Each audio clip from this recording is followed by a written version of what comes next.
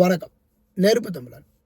ஆதவ அர்ஜுன் சொல்கிறாரு, சினிமா நடிகர்கள் எல்லாம் முதலமைச்சராகணும்னு நினைக்கிறாங்க அப்படின்னு சொல்கிறாரு.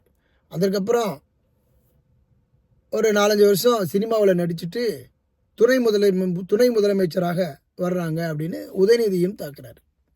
இப்போது சினிமாக்காரர்கள் அரசியலுக்கு வர்றாங்கன்றதையும் தாக்குறாரு. சினிமாவில் இருந்து தான் உதயநிதி உள்ளே வந்தார். அதற்கப்புறம் இப்போ அவரும் துணை முதலமைச்சர் ஆக போகிறாரு. இது எப்படி சாத்தியமாகும்? ஏன் எங்களுடைய எழுச்சி தமிழர் புரட்சி தமிழருக்கு அந்த அதிகாரம் இல்லையா, அந்த அங்கீகாரம் இல்லையா, ஏன் அவருக்கு கொடுக்கக்கூடாது அப்படின்னு ஒரு கேள்வியை கேட்குறாரு. நான் என்ன கேள்வி கேட்குறேன்னா, 234 தொகுதியில் நீங்கள் போய் தனியாக நின்றுட்டு போங்க.